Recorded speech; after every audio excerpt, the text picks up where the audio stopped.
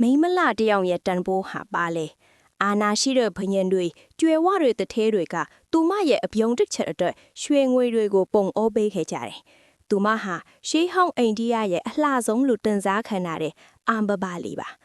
ဒါပေမဲ့ဒီအလှတရားတွေရဲ့နောက်ွယ်မှာဘသူမှမမြင်နိုင်တဲ့အထီးကျန်မှုနဲ့ဗလာဖက်နေတဲ့စိတ်အာဟာရတွေရှိနေခဲ့ပါတယ်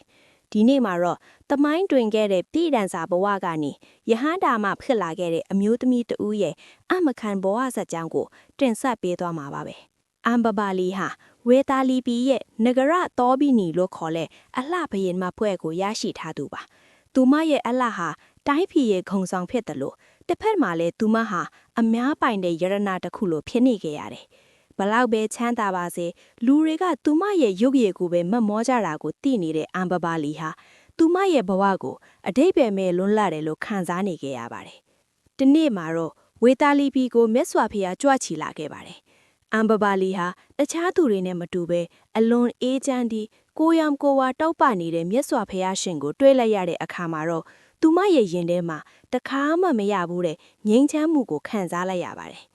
အံ့ဩစရာကောင်းတာကမြတ်စွာဘုရားဟာတခြားသူတွေလိုသူမရဲ့ရုပ်အလှကိုမကြည့်ပဲသူမရဲ့စိတ်အတွင်းတန်တန်ကတရားထူးရမယ့်အလင်းတရားကိုမြင်တော်မူခဲ့တာပါဒါဟာသူမအတွက်တော့ဘဝမှာပထမအကျင့်အဖြစ်လူတစ်ယောက်လိုတန်ဖိုးထားခင်ခြင်းပါပဲအမ်ဘဘာလီဟာတတိရှိရှိနဲ့ဆုံးချက်ချက်တစ်ခုချလိုက်ပါတယ်